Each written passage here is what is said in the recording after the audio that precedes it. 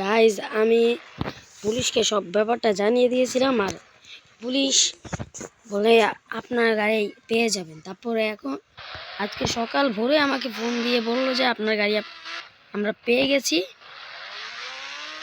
আপনি যে কোনো সময় আসতে পারেন। তারপরে ভাই আমি চলে এলাম, চলো ভাই যাও যাক।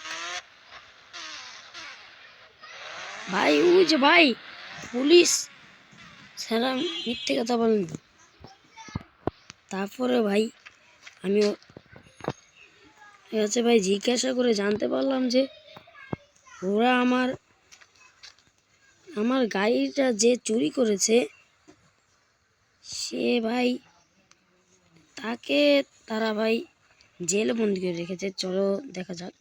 ও ভাই ওই যে দেখেছ, যাও যাক ভাই। তাহলে আমার এই গাড়িটা নিয়ে আমার তো অনেক টাকা আছে, এরকম গাড়ি আমি কোনো দিনই পাবো না ভাই। তাই চলো তাকে ফুটিয়ে দিলাম। ও ভাই আমার আর কিছু হলো। ও ভাই রে, আমার আছে অনেক টাকা পয়সা। চলো ভাই গাড়িটা নিয়ে চলে যাই। আমার স্বপ্নের গাড়ি, এরকম গাড়ি আমার সব টাকা দিয়ে তারপর গিয়ে আমি কিনতে পারবো। ভাই আমার সামনে গ্লাস তো ভাঙা ভাই, তাও কোনো সমস্যা নেই, চলো যাই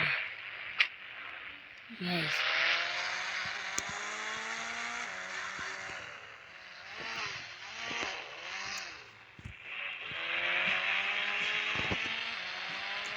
আর আমি ততক্ষণ বাড়ি যাই, আর